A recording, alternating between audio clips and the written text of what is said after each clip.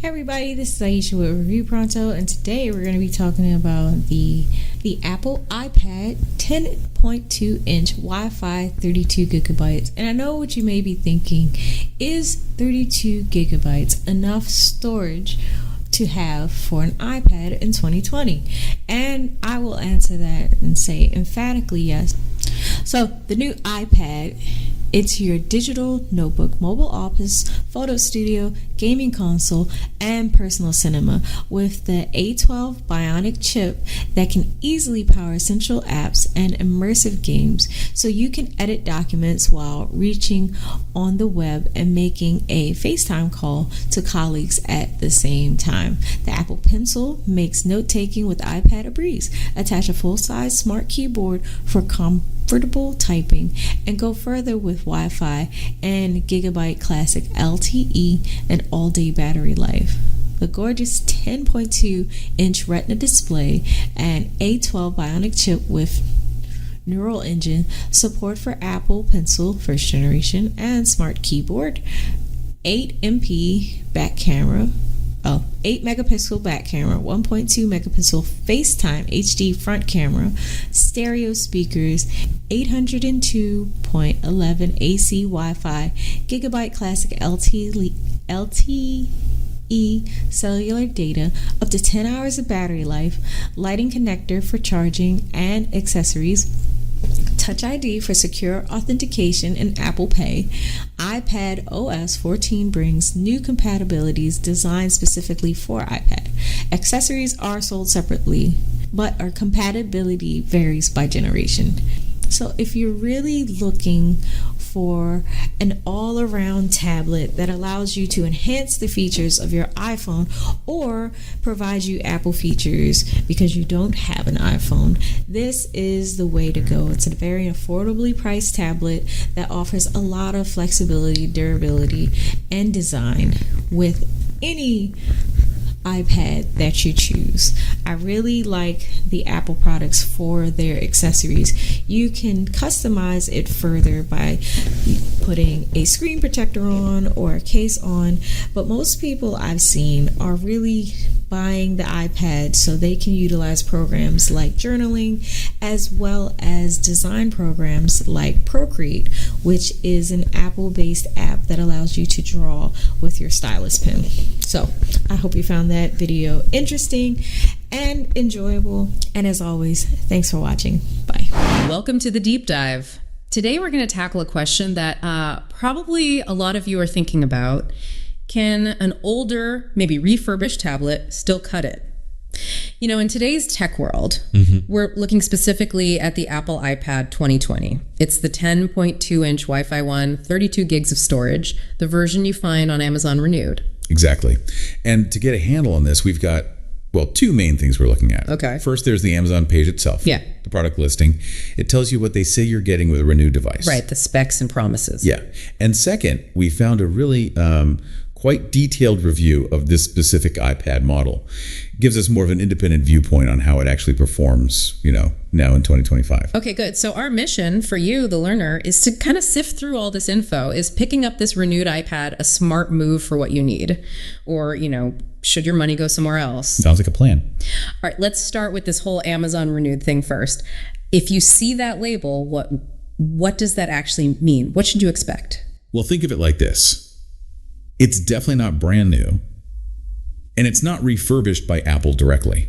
Okay. Instead, Amazon uses these qualified third-party suppliers. They're the ones inspecting, testing, cleaning them up, making sure they work. So somebody else checked it out, not Apple. What about how it looks? Scratches, dings, that sort of thing. So the listing says any cosmetic stuff should be pretty minimal. Not visible when you hold it at arm's length. Arm's length. Yeah. And they even have these different conditions, right? Premium, excellent, good, acceptable. So that suggests, depending on which one you pick, you might see, some minor signs it's been used before. Yeah. And the battery. That's always a big one for used devices. What's the deal there? Okay. Yeah. Crucial. They guarantee the battery will have at least 80% of its original capacity. 80%. Okay. Which is, it's a pretty important number. Basically means it should still hold a decent charge for, your typical day. Right. And when you buy new, you get the charger, the cable. What about Renewed? Do you get that stuff? Yes. You do get accessories. They'll be compatible, fully functional. But not Apple ones. Probably not. Yeah. Might not be the original Apple ones. And the box could be just a generic box, not the nice Apple packaging. Okay. So you'll have what you need. But the whole unboxing, it's not going to be that premium new device feel. Fine. Non-Apple charger, plain box, probably okay for most people if it works. But what if it doesn't work? Or you just, I don't know, change your mind? Yeah, good question. Amazon gives you 90 days. 90? Yep, 90 days for a replacement or just a full refund if you're not satisfied. That's a pretty good safety net, actually. Gives you plenty of time to test it out properly. That definitely helps. Okay, let's talk about the iPad itself then. The 2020 model. Physically, what's it like? It's got that classic iPad look, you know, the one? The bezels. Prominent bezels, yeah. And the physical home button right there. With Touch ID. With Touch ID, exactly. Yep. Fingerprint sensor. The body itself is aluminum. Feels pretty solid, premium even. And it weighs about a pound, so easy enough to carry around. Okay, and the screen. What's the display like for watching stuff or looking at pictures? It's a 10.2-inch Retina IPS LCD.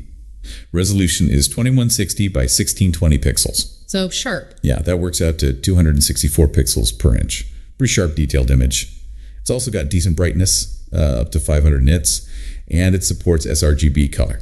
Which means colors should look pretty accurate, you know, consistent with how they look on other standard screens. Good for photos, videos, that kind of thing. the review we saw mentioned it's a non-laminated display. What does that mean in practice, like for using it day to day? Right, non-laminated, it just means there's this tiny little air gap between the glass on top and the actual screen panel underneath. Ah, okay. That can have a couple of, subtle effects. If you plan on using an Apple Pencil for notes or drawing, you might notice a very slight space between where the pen tip touches and where the digital ink appears. It's usually not a huge deal for just jotting things down, but maybe artists or heavy note takers might notice it more. And it can maybe make the image seem slightly less close, less depth, but honestly, it's probably not something most people would notice dramatically. Got it. So decent screen, but maybe not quite as slick for pencil use as the fancier ones. All right, performance. What's under the hood in this 2020 iPad? And how does it run now in 2025? Okay, so it's powered by Apple's A12 Bionic chip. A12, that was in the iPhone XS, right? Exactly. Same chip. 6-core CPU, 4-core GPU. Now, obviously, it's not the newest chip out there, but it still offers pretty respectable performance for most everyday stuff. The review said it was a big step up from the previous iPad gen at the time. So for you, the learner, what does that mean using it today? It means things should feel pretty smooth. Multitasking, opening apps, browsing. It should feel responsive. Okay. So, going back to our mission, Learner, this iPad, even now, should handle those core things you want to do without feeling frustratingly slow. Like web browsing, maybe some light photo stuff. Totally. Web browsing, basic photo edits, taking notes, even some games. The review mentioned Genshin Impact runs okay. Wow, okay. And it's got 3 GB of RAM, which helps keep a few apps open in the background without them constantly needing to reload. Ah, that's useful. So less lag switching between, say, Zoom and your Notes app. Exactly. Which could be really handy if you're a student juggling online classes and notes. Okay, but storage, always a thing. This one's 32 GB. Is that enough these days? That is a really, really critical point. Depends entirely on you. Right. The review reckons you probably end up with only about 20, maybe 22 gigabytes you can actually use after the OS and default apps. Oof. So if you download tons of apps, keep lots of photos and videos on the device, play big games, 32 gigs is going to fill up fast. Really fast. So you'd need to rely heavily on the cloud. Pretty much, yeah. iCloud, Google Drive, Dropbox, whatever you use, you'd need to be comfortable managing your stuff that way. Definitely something to think about then. Now, a big plus for iPads is usually iPadOS. How does this 2020 model handle the latest version? Yeah, that's a huge strength for Apple, the software support. This iPad originally came with iPadOS 14, right? Mm-hmm. But as of now, May 2025, it can still run the latest iPadOS updates, which is great. It means you get all the current features, keeps the device feeling pretty modern in use. Can you give us a couple of examples, key iPadOS features that someone using this would actually benefit from? Oh, absolutely. Things like slide over and split view, super useful for multitasking. Right, having 2 apps side by side. Exactly. Like you could have a research paper open in Safari in your Notes app, like Good Notes, right next to it. Makes taking notes way easier. Makes sense. Then there's App Expose for finding open apps quickly. And Importantly, it supports the first-gen Apple Pencil, which we mentioned. For drawing and notes. Right. Plus, you get stuff like universal clipboard copy on your iPhone, paste on your iPad, the Files app for managing documents, Scribble for turning handwriting into text. Oh yeah, Scribble's neat. And you can even connect a mouse or trackpad if you want a more like laptop-style experience sometimes. Okay, speaking of accessories, the first-gen Apple Pencil.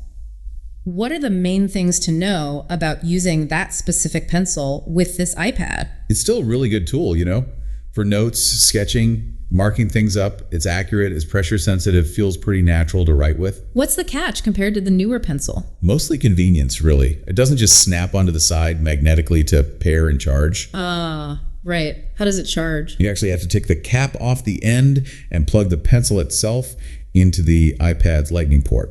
Oh, yeah, I remember that. Looks a bit awkward. Yeah, so it's a little less elegant. And it doesn't have the double tap gesture the second-gen pencil has. But functionally, for drawing and writing, it's still solid. And keyboards. The review mentioned the Smart Keyboard. Yep, it works with Apple's Smart Keyboard. That gives you a nice slim keyboard cover. Good for typing. Does it have a trackpad? No, not that Smart Keyboard version. Just the keys. So you'd still be using the touchscreen or maybe a separate Bluetooth mouse for pointing and clicking. Okay. Or you could just use any Bluetooth keyboard, I guess. Oh, absolutely. Lots of third-party Bluetooth keyboards and cases out there. Some of those do have trackpads built in or offer more protection. Lots of options. Got it. Let's switch to cameras and audio. Realistically, what are the cameras like on a 2020 budget iPad in 2025? Are they any good? Good. Might be stretching it. Let's be realistic. Wow. The rear camera is 8 megapixels, f2.4 aperture. Okay. So it's fine. It's adequate for like scanning a document, taking a quick reference photo. If the light's good, it can shoot 1080p video, basic stuff. And a front one for video calls. That one's even more basic. It's a 1.2 megapixel FaceTime HD camera. Okay. Does 720p video. 1.2 megapixels. Yeah. Quality. Well, it works for video call, but don't expect miracles, especially if the lighting isn't great. It'll look pretty grainy. Okay. And audio. Speakers, microphone. It has stereo speakers, but they're both on the bottom edge when you hold it upright. So not great stereo separation then. Not really, no. The sound is clear enough for watching a YouTube video by yourself or listening to a podcast maybe, but for movies or music, you'll definitely want headphones for a better experience. And the mic. Just a single microphone. It's fine for calls or quick voice memos, but nothing fancy. Okay. Battery life. Always important. What did the review say, and what's Apple's claim? How long does it last? Apple officially says up to 10 hours. Web browsing or video playback on Wi-Fi. And does it actually hit that? The reviews seem to think so, yeah. Their tests showed around 9.5 hours for video, 10 hours for web, maybe about 8 hours if you're constantly taking notes with the screen on. That's pretty decent, actually. Yeah, it holds up pretty well. Good standby time, too, so it doesn't just drain away when you're not using it. Should get most people through a good chunk of the day. Okay. And when it does run out, how long to charge it back up? So the renewed one should come with the standard 12-watt charger it originally shipped with. 12 watts, okay. With that, you're looking at maybe 3 to 4 hours for a full charge from empty. That feels kind of slow now. It is, yeah. Compared to fast charging on phones and newer tablets, it definitely takes its time. But, plug it in overnight, it's fine. Right. Okay, so putting it all together, who is this renewed 2020 iPad really for? What kind of person is the ideal user? Well, the review pointed out a few key groups. Students, definitely. Why students? It's affordable, great for digital notes with apps like Notability or Good Notes, good for research, watching lectures. Yeah. Office apps run fine, Zoom runs fine. It hits a sweet spot for education. Okay, who else? Casual users. Yeah. People who just want a tablet for browsing the web, streaming Netflix or YouTube, reading books, playing simpler games, email, social media. It handles all that easily. What about professionals? Could someone use this for work? Maybe for light work, like basic document editing, sketching ideas, maybe showing a presentation. But if you're doing heavy-duty creative stuff or lots of intense multitasking, you might hit those limits with the RAM or the non-laminated screen. Got it. So versatile, but best suited for light to medium use. Now let's circle back to buying it renewed on Amazon. The price difference looked pretty big. Oh, yeah, definitely. The original price new was, around $312? Something like that. And the renewed ones on the listing we saw were going for like $129 up to maybe $154. Depends on the cosmetic condition. Wow, that's potentially over 50% off. Exactly. That's a huge saving.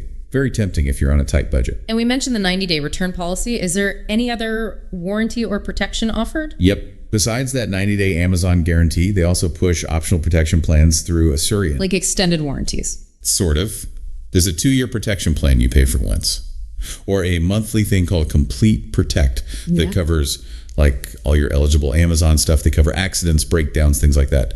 Extra peace of mind for a refurb, maybe. When do those plans kick in? The 2-year one starts right when you buy it. Yeah. The monthly Complete Protect thing has, I think, a 30-day wait after you sign up. Okay. And the listing showed different sellers offering this iPad. Doesn't matter who you buy it from? That's a good point. You see names like Platinum Deals, Joygood CR, Wireless Source. Right. They might offer it in slightly different conditions. Excellent, good, acceptable, maybe slightly different prices. The 90-day Amazon return policy applies no matter who the seller is, which is good. Right. But it probably doesn't hurt to just quickly glance at the seller's rating or feedback if it's available. Just get a general vibe. And maybe check shipping times. They could vary a bit. Makes sense. Amazon also had this AI summary of customer feedback for the renewed iPads. What were the main themes there? What are people saying? Yeah, that was interesting. The AI picked up on several things. A lot of people saying it basically works like new. Great for basic stuff. Okay. Quality often gets praised. People saying it looks brand new or in really good condition. Value for money comes up a lot, obviously. Anything else positive? Pleasing appearance. Screen quality often gets a thumbs up, and apparently it's easy to set up. Okay, but it can't all be sunshine and roses, right? What were the negatives or the mixed feedback points? No, definitely not all positive. Experiences seem to vary quite a bit in some areas. Like? Charging speed. Some people thought it was fine. Others said it was really slow. Screen scratch resistance was another. Some got perfect screens. Others found scratches already there. What about battery life? We said it should be decent. Yeah, that was mixed too in the reviews. Some customers were happy, said the battery was great. Others felt it drained faster than they expected. So maybe some variability in that 80% minimum guarantee in practice. And the listing had specific reviews from just April and May 2025. Did anything jump out from those recent comments? Oh yeah, they really show that mix. You see comments like, works great, looks brand new, battery life is excellent, really positive. But then right alongside them, you see things like battery wasn't as good as I hoped, or had a noticeable scratch, or charging takes forever. One person even said theirs just didn't work when it arrived. Ouch. Yeah. It really highlights that element of, chance, maybe. When you buy refurbished, most are probably fine, but you could get one with an issue. So let's try and pull this all together then. For our listener, what are the main pros and cons we've uncovered from this deep dive? Okay, pros first. Big one. Price. Significantly cheaper than new, huge potential savings. Right. You still get reliable performance for everyday stuff from that A12 chip, good Retina display, the fantastic iPad OS experience with ongoing updates, compatibility with the Pencil and Smart Keyboard, solid build quality, and generally decent battery life for typical use. So great for students, casual users. Exactly. Anyone needing a solid tablet for light to medium tasks without spending a fortune. Okay. And the cons, the downsides to keep front of mind. Main ones. That 32 GB storage is non-expandable and could be tight. Definitely. The cameras, especially the front one, are pretty basic by today's standards. The display isn't laminated, which matters a bit for pencil use or visual pop. You're missing newer stuff like Face ID or USB-C. It's still Lightning. Okay. The speakers are just okay. And then there's the refurbished factor itself, the potential for minor cosmetic flaws or maybe running into a functional issue, even with the return policy. Right. Okay, so after digging through all this, what's the final takeaway for you, our learner, thinking about buying this renewed 2020 iPad? Look, the renewed Apple iPad 2020, the 10.2-inch Wi-Fi 32GB one, it's a genuinely tempting way to get into the iPad ecosystem pretty affordably. It offers dependable performance for lots of common tasks, and you get that great iPad OS software experience. But you absolutely have to weigh that against the 32GB storage limit. And the older cameras and just the general lottery of getting a renewed device will be perfect or have a slight issue. So it really depends on your priorities. Totally. If budget is number one and you mainly want it for browsing, streaming, reading, basic notes, then yeah, this could be fantastic value. Right. But if you know you need lots of storage or want better cameras or the absolute best screen tech, you might need to look at something newer, or maybe just accept you'll need to spend a bit more. That's a really helpful summary. Okay, and to wrap things up, here's something for you to chew on. We saw that mixed feedback on things like battery life and screen condition for these renewed iPads. So, thinking more broadly, what are the absolute must-have guarantees or assurances you would personally look for from any seller, any platform, when buying any kind of refurbished electronic device? Doesn't matter if it's Apple or someone else, what safety nets would you absolutely need? Something to ponder. Thanks for exploring the depths with us today.